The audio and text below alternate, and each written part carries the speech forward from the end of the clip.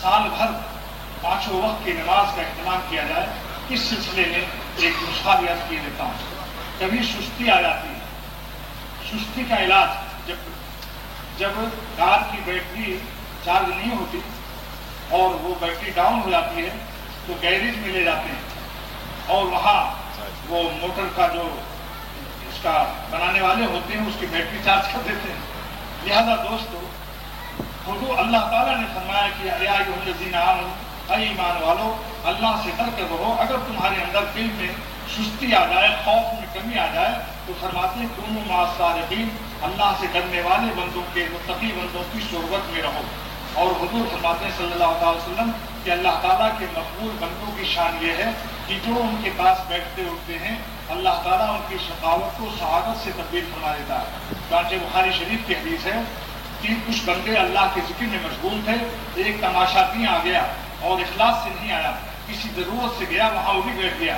اللہ تعالیٰ نے فرشتوں سے پوچھا کہ یہ ہمارے بندے کیا کر رہے ہیں؟ فرشتوں نے کہا یہ ذکر کر رہے ہیں، جنت کا سوال کر رہے ہیں، دوزخ سے پناہ مانگ رہے ہیں اور آپ کی یاد میں لگے ہوئے ہیں۔ اللہ تعالیٰ نے فرمایا، لمبی حدیث ہے جس کو مختصر عرض کر رہا ہوں، اللہ تعالیٰ نے فرمایا فرشتوں تم گواہ رہو کہ میں نے سب کو بخش دیا۔ ایک فرشتہ نے کہا کہ اللہ فلاں بندہ مخلص نہیں، وہ کسی حاجت سے آیا تھا، ایسی تماشا دیکھتے کہ بیٹھ گیا۔ اللہ تعالیٰ نے فرمایا کہ ہم الجلساء لا یشقی بہم جلیسہم، یہ میرے ایسے مقبول و محبوب بندے ہیں کہ ان کے پاس بیٹھنے والے کو ہم ان کی برکتوں سے محروم اور بدبخت نہیں کرتے۔ یعنی شقی اگر شقی ہے تو اس کو بھی اس بدبخت کو بھی ہم سعادت مند کر دیتے ہیں۔ یعنی اللہ والوں کی صحبت کی برکت سے اللہ تعالیٰ اپنے گنہگار بندوں کو بھی محروم نہیں فرماتا۔ اللہ نے فرمایا میں نے جاؤ اس کو بھی بخش دیا، ہم الجلساء لا یشقی جلیسہم، اس کو بھی بخش دیا۔ فرشتوں سے فرمایا کہ محروم نہیں رہ سکتے۔